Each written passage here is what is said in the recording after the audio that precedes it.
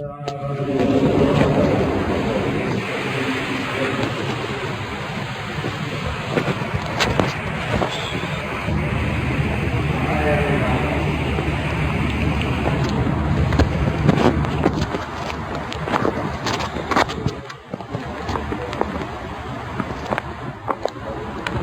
أرحم الراحمين يا حي يا قيوم برحمتك نستغيث يا حي يا قيوم برحمتك نستغيث يا حي يا قيوم برحمتك نستغيث يا حي يا قيوم برحمتك نستغيث اللهم إنا نعوذ بك من البرص والجنون والجذام ومن سيء الأسقام اللهم إنا نعوذ بك من البرص والجذام والجنون ومن سيء الأسقام لا إله إلا أنت سبحانك إني كنت من الظالمين لا إله إلا أنت سبحانك إني كنت من الظالمين لا إله إلا أنت سبحانك إني كنت من الظالمين أستغفر الله الذي لا إله إلا هو الحي القيوم وأتوب إليه لا حول ولا قوة إلا بالله العلي العظيم لا حول ولا قوة إلا بالله العلي العظيم أعوذ بالله من الشيطان الرجيم بسم الله الرحمن الرحيم يا عبادي الذين آمنوا إن أرضي واسعة فإياي فاعبدون كل نفس ذائقة الموت ثم إلينا ترجعون والذين آمنوا وعملوا الصالحات لنبوئنهم من الجنة غرفا تجري من تحتها الأنهار خالدين فيها نعم أجر العاملين الذين صبروا على ربهم يتوكلون وكأين من دابة لا تحمل رزقها الله يرزقها وإياكم وهو السميع العليم ولئن سألتهم من خلق السماوات والأرض وسخر الشمس والقمر ليقولن الله فأنا يؤفكون صدق الله سورة عنكبوت আয়াতগুলো আমি পড়ছি 45 থেকে নিয়ে 61 পর্যন্ত সূরা আনকাবুত। এই আয়াতগুলোর মূল খুলাসা হইল হিজরত করা।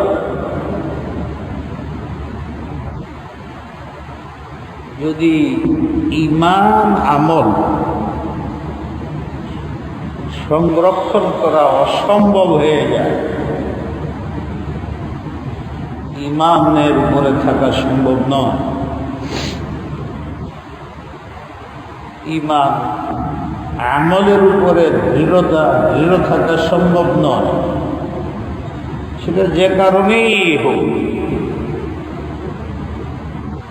ব্যক্তির কারণে, সমাজের কারণে, রাষ্ট্রীয় কারণে, শারীরিক কারণে, মানসিক কারণে, যে কোনো কারণেই ঈমান আমলের হেফাজত সম্ভব নয়। যেমনটা ছিল মক্কার প্রথম যুগে, 13 বৎসর পরে হইলেও শ্রেষ্ঠ নবী, শক্তিশালী নবী,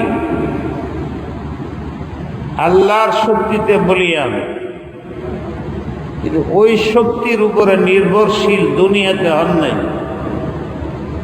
আপনি আমার জন্য নিদর্শন, আদর্শ, মডেল। 13 বৎসর পরে হইলেও যে কয়জন সাহাবা ইসলাম গ্রহণ করছিলেন, ওখানে ঈমান আমলের হেফাজত কঠিন হয়ে দাঁড়াইছিল। দাওয়াত দেওয়া তো দূরের কথা, কত ধরনের নির্যাতন। হুজুর আলাইহিস সালামকে হত্যা করার, শহীদ করার চেষ্টা, সব আপনাদের জানা। তখন আল্লাহ নির্দেশ করছেন, নিরাপদ জায়গায় হিজরত করুন। আল্লাহ আকাশ থেকে কোনো কিছু করতে পারার ক্ষমতা রাখেন না? রাখেন না?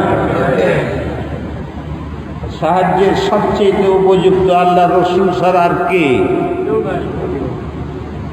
এটা আল্লাহ বলে নাই তুমি এখানেই থাকো, আমি ব্যবস্থা নিচ্ছি, এই কথা বলেন নাই। তুমি নিরাপত্তার ব্যবস্থা নিজে গ্রহণ করো। এটা দুনিয়া, সব কাজে যদি আমি দখল দেই, দুনিয়া থাকবে না। এটা দুনিয়াতে যতদিন থাকবে, বাস্তবতার আলোকে নিরাপত্তা ব্যবস্থা নিজেই গ্রহণ করতে হবে, সমাজপতিকেই গ্রহণ করতে হবে, রাষ্ট্রকেই গ্রহণ করতে হবে। যখন অপারগ হয়ে যাবে, তখন আমি আল্লাহ সাহায্য করব। তুমি আমার ছেলে চাকরি করো, যতদিন তোমার চাকরি ছিল না, আয় ছিল না, আমি বাবা তোমার ভরণ পোষণের ব্যবস্থা করছি। এখন তুমি 1 লাখ টাকা, 50,000 টাকা, 20,000 টাকা বেতন পাও, চাকরি করো। তুমি আর তোমার বিবি, কয়দিন পরে একটা সন্তান, যে বেতন পাও তুমি চলতে পারো। এখন আর আমি তোমাকে সাহায্য করার প্রয়োজন মনে করি না। এখন সাহায্য করলে তুমি বিলাসী হবে। নিজের পায়ে দাঁড়াও, নিজের আমদানির উপরেই সংসার চালানোর চেষ্টা করো। ইকোনমিক্স, অর্থনীতির মূল কথা, যা কামাই করো এর চেয়ে বেশি খরচ করো না। ঋণ করে খরচ বাড়ায় না। আজকে নাই ঋণ করতেছ, এটা আদায় করবা কেমনে? পরের বছর আবার ঋণ করবা, পরের মাসে আবার ঋণ করতে করতে তো ঋণের জ্বালাই মরে যাবে। আদায় করবা কেমনে? শুধু আদা খেলাফের মিথ্যা বলবে। অর্থনীতি কন্ট্রোলের তরিকা হইলে আমার রিজার্ভে যা আছে বাজেট একটু কম রাখা, বেশি না করা। বেশি যদি করো পাবে কোথায়? তো ঋণ করতে হবে। ঋণের বোঝা সারা ব্যক্তি হলে ব্যক্তির ঘরে, সমাজ হলে সমাজের ঘরে, রাষ্ট্র হলে রাষ্ট্রের জনগণের ঘরে। তাই বিলাসিতা কমাও, খরচ কমানো, অর্থনীতি চাঙ্গা করার আসল মূলনীতি অর্থনীতিতে। আয়ের বেশি খরচ করুন। সুতরাং এখন তুমি চাকরি করো, আমি আর তোমাকে মাসে মাসে যে 20,000 25,000 দিতাম আর দেব না। তোমার আয়ের উপরে তুমি তোমার সংসার চলো। কিন্তু যদি আমার কাছে খবর আসে যে ছেলে কামায় 25,000 টাকা, কিছুদিন আগে সন্তানও হয়েছে, বাসা ভাড়া দিতে 15,000 টাকা, 25,000 আমার ছেলের চলে, তখন আমি 10,000 টাকা প্রতি মাসে তোমাকে সাহায্য করব। যখন আমার বুঝে আসবে তোমার 30,000 টাকা লাগে সংসার ঠিক মতে বিলাসিতা বাদে পরিচালনা করতে, 30,000 টাকা লাগে, আর তোমার কামাই হইল অর্জন হইল মাত্র 25, আমি যদি আদর্শবান হয়ে থাকি সন্তানকে আমি 5,000 টাকা দিয়ে সাহায্য করতেই হবে। কিন্তু কখন? যখন জানি যে তার উপার্জন যথেষ্ট নয়। আল্লাহ তাই আমি তোমাকে সৃষ্টি করছি সর্ব উত্তম ভাবে, শক্তি দিছি, পৃথিবীর সব সৃষ্টির তুলনায় তোমাকে মেধা যদি খাটাও উপার্জন করতে পারো। হাত পাও বন্ধ করে বৈশা থাকলে হবে না। তোমার সংসার চলে এই পরিমাণ ব্যবস্থাপনা আমি তোমাকে দিচ্ছি। তুমি খাটলে হবে। দেখো না আকাশে আসমানে জমিনের নিচে কত সৃষ্টি, তোমাদের চেয়ে অনেক বেশি খায়। ভাত খাইলে 1 মণ চাউলের ভাত খায়, 2 মণ চাউলের ভাত খায়, এমন সৃষ্টি। পানিতে ভূমিতে আমি তৈরি করছি পাখি, ওরা খাচ্ছে না সামনে এনে রাখা, ওরা মেহনত করে, ওদের কিন্তু ফ্যাক্টরি নাই। ওদের অর্থ উপার্জনের পেট ভরার তরিকা ভিন্ন। সত্যি তারা তাদের প্রয়োজন মিটেছে। হাল চাষ করে না, ব্যবসা করে না, কিছুই নাই, ফ্যাক্টরি নাই। ওদের প্রতি খেয়াল করো, ওদের কে দেয়, কে ব্যবস্থা করে? কেন? ওদের পাপ নাই, ওদের গুনাহ নাই। তোমরা পাপ বর্জন করো।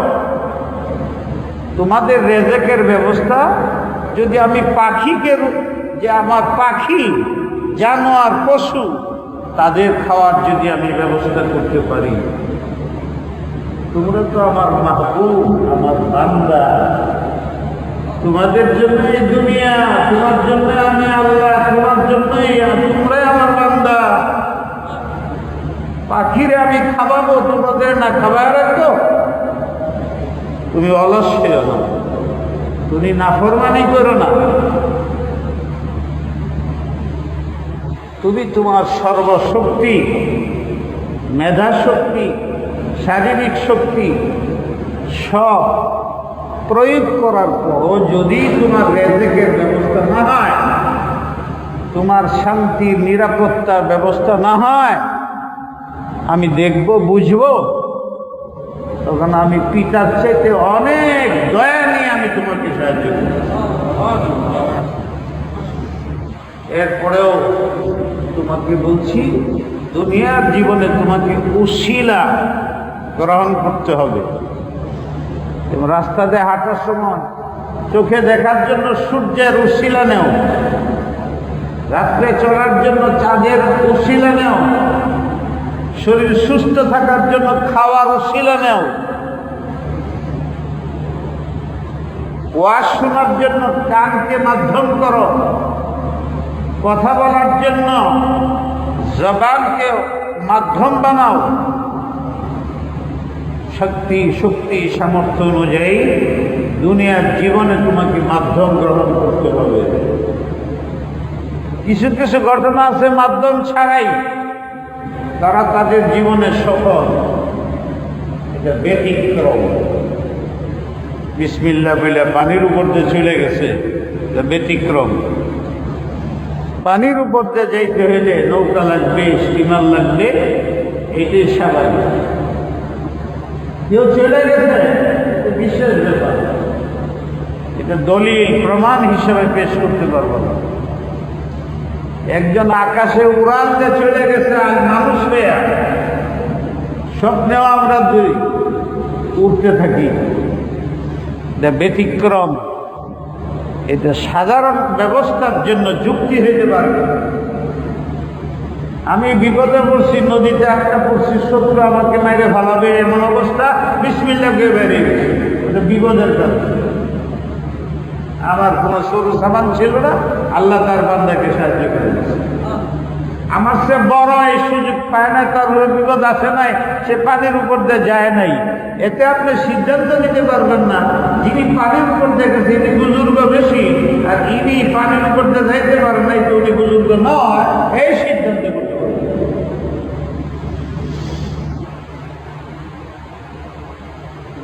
বলতেছিলাম ঈমানকে সংরক্ষণ করা যায় না,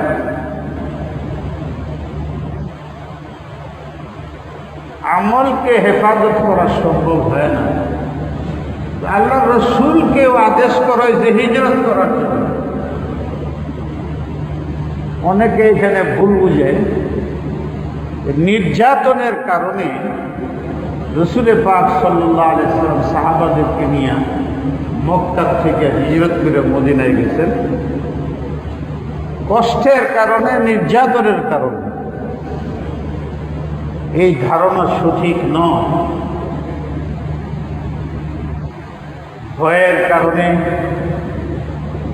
নবী আলাইহিস সালাম, নির্যাতনের কারণে, হত্যার ভয়ে, শাহাদতের ভয়ে হিজরত করে চলে গেছেন মদিনায়। এটা অত্যন্ত ভ্রান্ত কথা, নবীর জন্য অনুমতি নেই।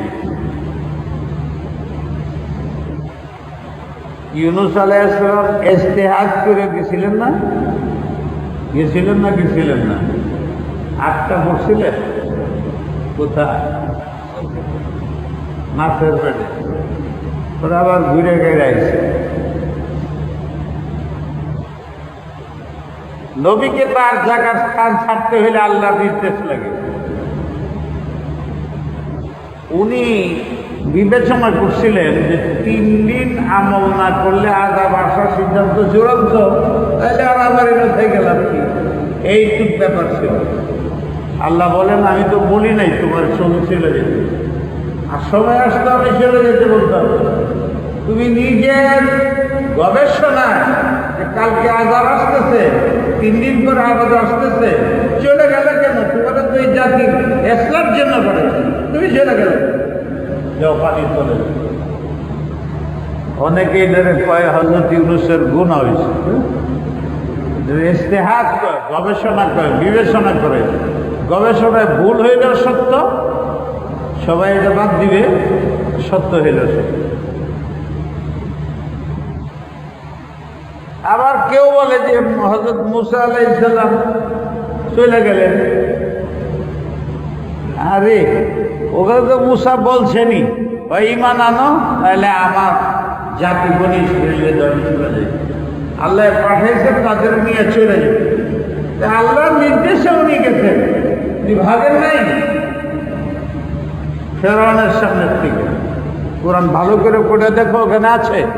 সে যেই সালাম দিয়ে বলছে, হে ফেরাউন, ইসলাম গ্রহণ করো, প্রবলেম নাই, আমি আছি তোমার সাথে, তোমার রাষ্ট্র নিয়ে তুমি থাকো। আর যদি না হয় তাহলে আমার জাতি বনি ইসরাঈলকে তুমি দখল করে রাখছো, নির্যাতন করতেছো, জবাই করতেছো, মেয়েদের নির্যাতন করতেছো। আমি নবী হিসাবে আসছি, হয় ঈমান আনো, নয় আমার লোকটি দেও, আমি নিয়ে তাদের মিশ্র চলে যাই। যদি না হয় তাহলে আমার যা করার আমি করবো, আমার জাতিকে মুক্ত করবো আমি। পরে আল্লাহ বললেন, পরে হাজার নসিহত করা হয় গ্রহণ করবে না। নীল নদের রাস্তা করে দিতেছে আমি, ওইটার ওই পারে যাইতে পারবে না, তুমি তোমার জাতিকে নিয়ে চলে যাও। তখন হযরত মুসা গেছে, উনি ভাগেন নাই, আমাদের নবী ভাগেন নাই, নির্যাতনের কারণে ভাগেন নাই, উনি আল্লাহর নির্দেশে। হুজুর আলাইহিস সালাতু ওয়াস সালাম বললেন, তোমরা মদিনায় হিজরত করো, হাবশায় করো। অনেক হাবশায় চলে গেল, কিছুদিন পরে অনেক মদিনায় চলে গেল। হযরত উমর ফারুক ও 20 জন নিয়ে মদিনায় চলে গেল। কারণ আবু বকর সিদ্দিক বললেন, ইয়া রাসূলুল্লাহ, আমিও যাই। না, তুমি থাকো, অচিরেই আল্লাহ পাক আমাকেও হিজরতের নির্দেশ করবে, তুমি থাকো।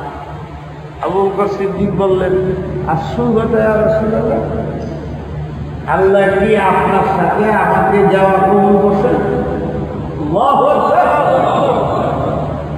নবী আলাইহিস সালাম বললেন, না, আল্লাহ বলছেন তুমি যাবে আমি যখন বলি, আর তোমার সাথে আবু বকর সিদ্দিকও যাবে, এজন্য আগে না। একদিন নির্দেশ হয়ে গেছেন আল্লাহর পক্ষ থেকে, বেলা অসময়ে আবু বকর সিদ্দিকের বাড়িতে জোহরের নামাজের টাইমে, মানে রাত্রে না, বিকেল সকালে না, এই টাইমে গিয়ে উঠছে। হযরত আয়েশা বলেন যে এই সময় তো হুজুর কোনোদিন আমাদের বাড়িতে আসে না, নিশ্চয়ই কোনো ঘটনা ঘটছে। হুজুর আলাইহিস সালাতু ওয়াস সালাম যান, আবু বকর সিদ্দিককে বলে, কারা আছে সবাই সরায় দাও, গোপন কথা আছে। হযরত আবু বকর সিদ্দিক বললেন, তো কেউ নাই, এখানে আছে আপনার বিবি, এখানে আছে আপনার জ্যাঠাই আসমা, এখানে আছে আপনার শাশুড়ি। ব্যক্তি মুসলমান, যেমন জান দেওয়ালে মুসলমান, কেউ নেই। বলে, শুনো, আল্লাহ পাক আমাকে ইয়াসরব, তখন নাম ছিল, মদিনা পরে এসে ইয়াসরবে হিজরতের আদেশ করছেন। আবু বকর সিদ্দিক জজবায় এসে, ইয়া রাসূলুল্লাহ, সুবহান, আপনি একা আমার কথা আছে না, তোমাকে সাথে নিয়ে যেতে হবে। উট ঠিক করা হইল, বিশাল লম্বা ঘটনা, আপনারা জানেন। রওনা হয়ে গিয়ে গাড়ে সরে 3 দিন অপেক্ষা করলেন। এদিকে ঘোষণা করলো, যারা তাকে আইনে দিতে পারবে 200 উট পাবে, 100 উট পাবে। তালাশ করতে করতে আনকাবুতের সূরা পড়াইতেছি। হুজুর যে গাড়ে সরে ছিলেন, এখানে মাকড় সব আশা বাড়াইছে, ওই পর্যন্ত যাওয়ার পরে আমিও গেছি। বলে, এখানে নাই, খামাতে সবাই নষ্ট করে লাভ নেই, দেখুন মাকড় সাজাল বানাইছে, এটা তারা রাগারাগি করে হালাকে। আবু বকর সিদ্দিক বলতে, ইয়া রাসূলুল্লাহ, এদের তো পাও দেখা যায়, এখানে এসে বলবো, দেখো আল্লাহর হুকুমে আমি এখানে এসেছি। আল্লাহু সালিসুহুমা, তুমি মনে করতেছ আমি আর তুমি 2 জন, না, আল্লাহু মা'ানা, 3 নম্বর আল্লাহ আমাদের। গেল গা। এরপরে হুজুর আলাইহিস সালাম মক্কার দিকে রওনা হইলেন। 2 জায়গায় একটা পড়ে, সুরাকা একজন মালিক সাংঘাতিক আপটা বললেন, আর বিরাট ঘটনা হয়েছে, আর বুড়া খালি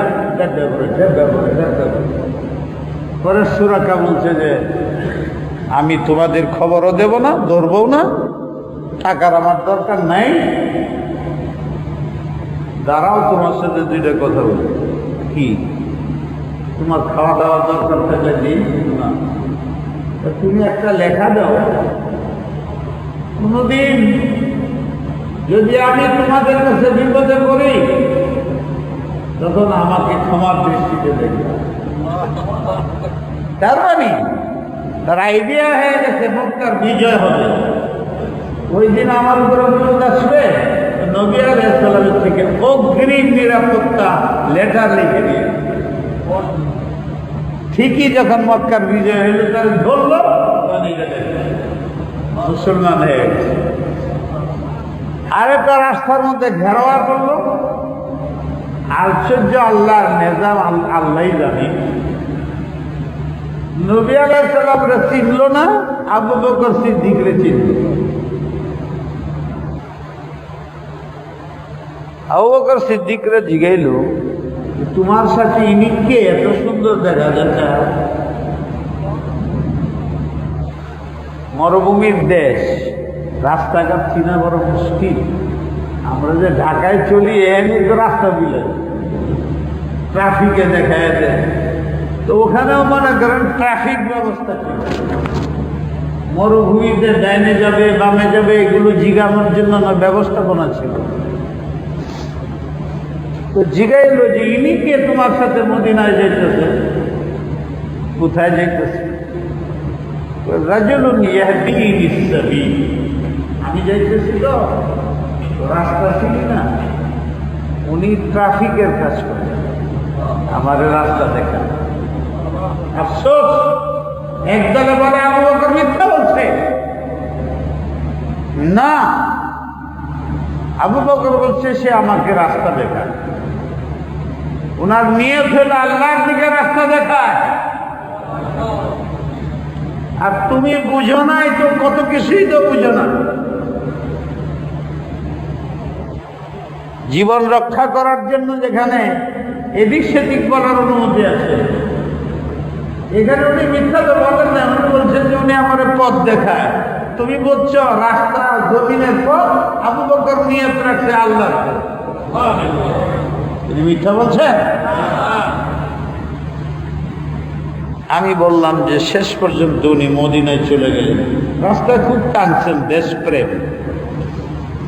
আল্লাহ আমাদের দেশপ্রেম দান করুন। চলে গেলেন, হিজরত করে চলে গেলেন। কেন? যে এখানে ইমানের হেফাজত নাই, নিরাপত্তা নাই। হুজুরের যে দায়িত্ব ইসলামের দাওয়াত তাবলীগ, এইগুলোর ব্যবস্থাপনা নাই।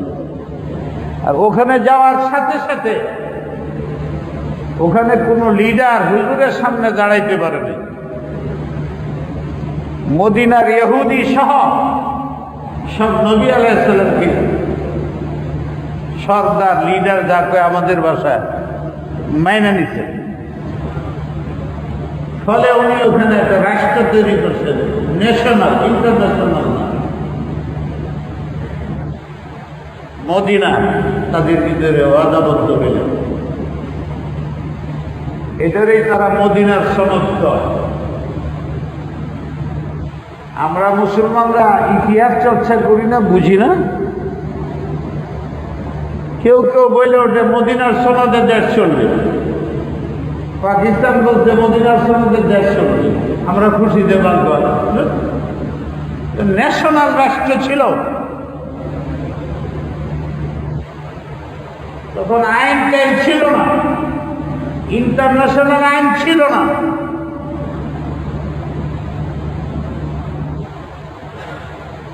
এক চুক্তির ভিত্তিতে হুজুর লিডার ছিলেন, কিন্তু মক্কা বিজয়ের পরে আর থাকে না। এটা মদিনার জন্য তো কয়েকটা বিষয়, তখন আইন হয়ে গেছে ইন্টারন্যাশনাল। বিভিন্ন রাষ্ট্রের সাথে সম্পর্ক, যুদ্ধ বিগ্রহের নীতি, এটি তো ছিলই না হুজুরের যুগে। 13, 14, 15 বছর পর্যন্ত জেহাদের কোনো হুকুম নাই। এই বিষয়ে কোনো আইন কানুন ছিল না। রাষ্ট্র ছোট্ট একটা ন্যাশনাল রাষ্ট্র, ইন্টারন্যাশনাল হয়েছে সবচেয়ে বেশি উমর ফারুকের যুগে। তখন নতুন নতুন আইন সৃষ্টি করতে হয়েছে এবং ইহুদিদেরকে মদিনার এলাকা থেকে সরাই দেওয়া হয়েছে।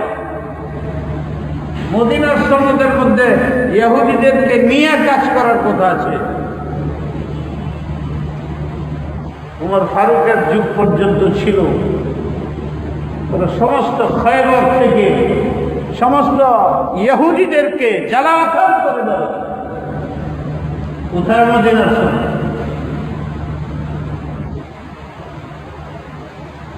এটা হাদিস আছে, আলেমরা বুঝো।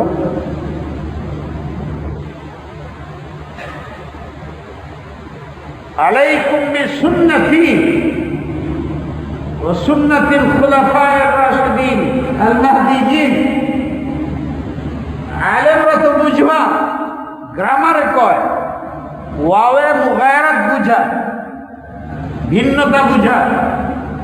এই হাদিসে বলা হয়েছে, উম্মত আমার পরে তোমরা আমার সুন্নত পালন করবা আর খুলাফায়ে রাশিদিনের সুন্নত পালন করবা। কমপক্ষে খুলাফায়ে রাশিদিনের মধ্যে আবু বকর সিদ্দিক, উমর ফারুক, উসমান গনি, আলী রাদিয়াল্লাহু তাআলা আনহুর মধ্যে কারো দ্বিমত নেই। তারা হেদায়েতের উপরে কাতিউস সুবুত কাতিউদ দালালা অকাট্য ভাবে। তার মানে হইল আমার সুন্নত পালন করবো এবং তাদের চারজনের অন্তত সুন্নত পালন করবো। তাহলে নবীর সুন্নত ভিন্ন, সাহাবার সুন্নত ভিন্ন, দুটাকেই সুন্নত বলে। ওয়াওয়াসের মধ্যে ওয়াওয়ে পার্থক্য বোঝা। এই সুন্নত কি? সাহাবাদেরকে যদি তাদের ইখতিলাফ হয়, মতবিরোধ হয়, সবাইকে মানা আমার প্রয়োজন নেই। যে কোনো একজন সাহাবা গ্রন্থ নিজের রায় চলবে। কিন্তু এখানে বলতেছে খুলাফায়ে রাশিদিনের কথা মানতেই হবে। নবীটা যে মানবে এটা মানতে হবে। এটি কি সুন্নাত? সাহাবাদের মধ্যে রায়ের ইখতিলাফ মতবাদ আছে, আমরা কোনোটা গ্রহণ করি, কোনোটা আরেকজনে গ্রহণ করি, সব ভাগ্য নয় আমরা। কিন্তু এখানে খুলাফাদের সুন্নতকে মানা, নিয়মকে মানা আমাদের ফরজ করা হয়েছে। এই সুন্নত বলতে নামাজের সুন্নত, রোজার সুন্নত, ওযুর সুন্নত, ওইটা হইল হযরত নবী আলাইহিস সালামের পরে ইন্টারন্যাশনাল হুকুমত হয়ে গেছে। যে কাজগুলি আমরা রাসূল করেন নাই, প্রয়োজন ছিল না, আবু বকর সিদ্দিক কোরআন শরীফকে একসাথে করছে, এটা হুজুর করেন নাই। উমর ফারুক উনি অনেকগুলো আইন করছেন ইন্টারন্যাশনাল। আলেমদের ওজিফা ঠিক করছেন, ইমামদের ওজিফা ঠিক করছেন, কর ঠিক করছেন, যাকাতের বিস্তৃত ঠিক করছেন। তারাবির জামাত হুজুরের যুগে 3টা জামাতে হয়েছে। মানুষের হুজুর দেখে হুজুরের আসেন নেই।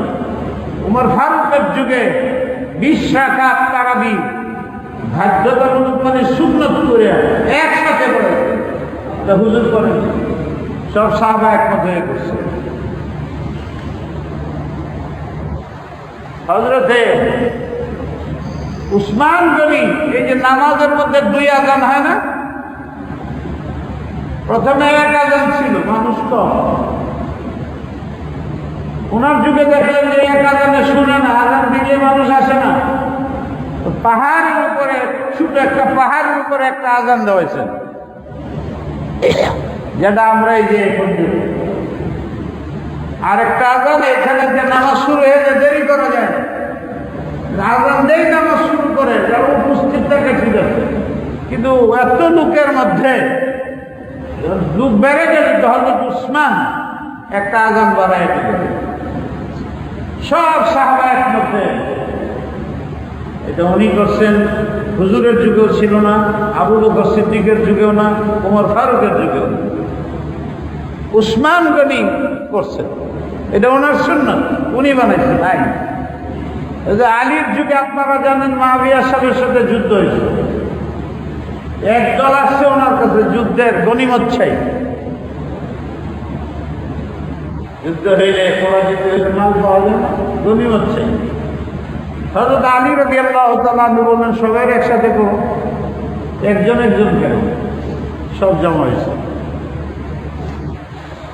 গনিমতের মাল তো 2 প্রকার, এক প্রকারকে বলে সাবায়া বান্দি, মহিলা অ্যারেস্ট হয়েছে, আর হলো অন্যান্য মাল। আমি আলী তোমাদের নিয়ে যুদ্ধে জয়ী হয়েছি, আমাদের কাছে গনিমতের মাল দুই প্রকার, মহিলা আছে বান্দি, আর আছে মাল। তো শুরু করি আমি। হযরত আয়েশাকে কে নিবা? ওরে বাবা, জাওজাতুল হাইয়ান ওয়া মাইয়াতান, নবীর বিবি দুনিয়াতেও আখিরাতেও। তোমরা গনিমতের মাল নিবা, হযরত আয়েশার জন্য ওখানে এসে সিদ্ধান্ত হইল মুসলিম মুসলিম যদি মারামারি যুদ্ধ না, এটা জেহাদ পায় না, যদি হয় এখানে গনিমত নাই, যার মাল যার জি পাবে পরাজিত হওয়ার পরে, এখানে মাল নেওয়া যাবে না, গনিমত করেন। এই সিদ্ধান্ত হুজুরে করেন নাই, আবু বকর সিদ্দিক করেন নাই, উমর ফারুক করেন নাই, উসমান গনি করেন নাই, হযরত আলী করছেন। এখন পর্যন্ত ইসলাম এটা গৃহীত। এই ওয়ালাই সুন্নতি ও সুন্নতিল খুলাফার দ্বারা এই ইন্টারন্যাশনাল রাষ্ট্রীয় আইন, এইটা রাষ্ট্রীয় যে আইন হয়, এটাকে প্রত্যাখ্যান করার অধিকার কারো নেই, মুসলমানের এবং অমুসলিমদেরও। এই হলো সুন্নতির অর্থ। কিন্তু আমরা এটা ব্যাখ্যা নবীর সুন্নত মনে করি, এখান থেকে গর্ব হয়। যাই হোক, কথা তো কইলে বুঝেন না, কেন আমি আয়াত তর্জমা শুনে দিই, আর কি করব। হিজরতের জন্য আপনাকে আমাকে আল্লাহ বলেন, ইয়া ইবাদিয়াল্লাযীনা আমানু, বড় প্রিয় মহব্বতের ডাক।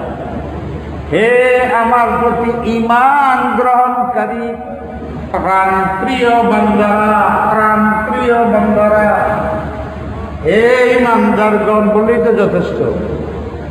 হে আমার প্রতি ঈমান আনয়নকারী প্রাণ প্রিয় ইবাদি বান্দারা, প্রাণের বান্দারা। ইন্নার ওয়াসিআ, আমি জমিনকে বহুত প্রশস্ত করে তৈরি করেছি। তুমি যেখানে আছো, ঈমান হেফাজত হয় না, অত্যাচারিত হও। ইন্নার ওয়াসিআ, সারা জমিন ভূমি বিরাট বড়, চাই মুসলিম দেশ হোক চাই অমুসলিম দেশ হোক, যেখানে ঈমান রক্ষা করতে পারো ওখানে যাও, যা ঈমান ও হেফাজত করো। হিজরত। কুল্লু নাফসিন যায়িকাতুল মাউত সুম্মা ইলাইনা তুরজাউন। এই চিন্তা করো না কি হবে, এখানে থাকলেও মৃত্যু হবে, ওখানে গেলেও মৃত্যু হবে। শুধু তোমাদের না, মুসলিম অমুসলিম ছোট বড় সবাই মৃত্যু হবে। আমার নির্দেশ কারণে তোমাদের চলতে হবে। ওয়াল্লাযীনা আমানু ওয়া আমিলুস সালিহাত, হয়তো হিজরতের কারণে তোমাদের কষ্ট হবে, দুঃখ হবে, বেদনা হবে, অনেক কিছুই হবে। মনে রেখো, দুনিয়া স্থায়ী নয়।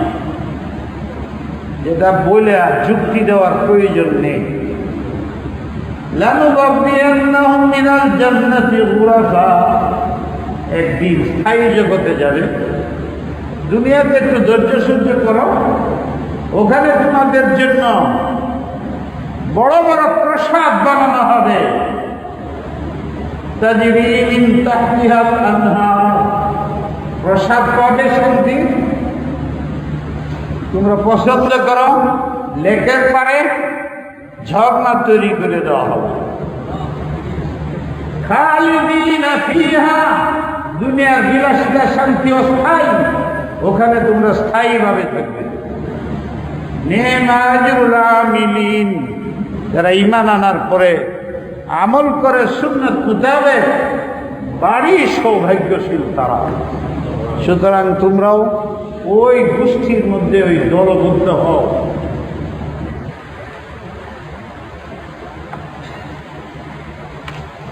ওয়াকাইয়িন মিন দাব্বাহ, হিজরত করতে জমি ছাড়তে হয়, বাড়ি গাড়ি ছাড়তে হয়। চিন্তা করো না, আকাশের দিকে তাকাও, জমিনের নিচে তাকাও। তোমাদের চেয়ে অসংখ্য সৃষ্টি, তাদের রেজেকের ব্যবস্থা কে করবে? وكأين من دابة لا تحمل رزقها কোটি কোটি সৃষ্টি, তাদের খাদ্যের বোঝা, প্রয়োজনীয় বোঝা মাথায় লয়ে করে না।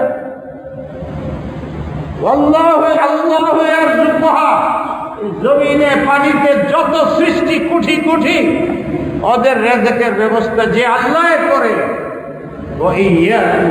তোমাদের রেজেক দাতা তিনি তিনি তিনি। এই আকীদা নষ্ট করো না। ওয়াহুয়াস সামিউল আলিম, তোমার যে কোনো অবস্থায় 2 রাকাত নামাজ পড়ো না পড়ো, হাত তুলো মাদ্দা ইয়াদাই ফি জাওফিল লাইল ইলাল্লাহ। তোমার কি বলা? আমার নাম নিয়ে, ওয়ালিল্লাহিল আসমাউল হুসনা, আমার নাম নিয়ে তুমি হাত তুলো আমার দিকে। কি চাও তুমি? শেষ রাত্রে আমি আইসা জিগাই, আমি তোমার সেই প্রয়োজন শুনি, তোমার ডাক শুনি শুনি শুনি। শোনার অর্থ হইল জানি জানি শুনি এবং তোমার আশা পূরণ করি। পারবো না কেন তুমি জানো না? রেজেক তো আসমানে আছে, বৃষ্টি পড়ে, আসমান তো আমার, জমিন আমার।